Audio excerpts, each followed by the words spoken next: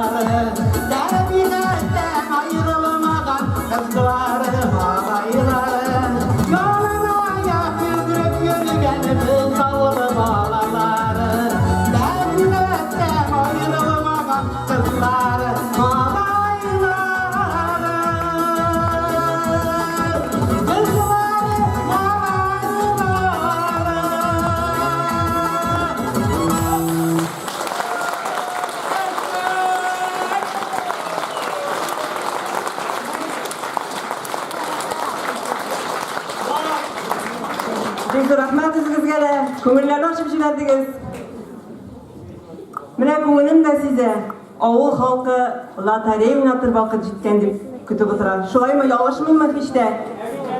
Mana bit. Buna bir seyir tuyuladi, Elmira opa.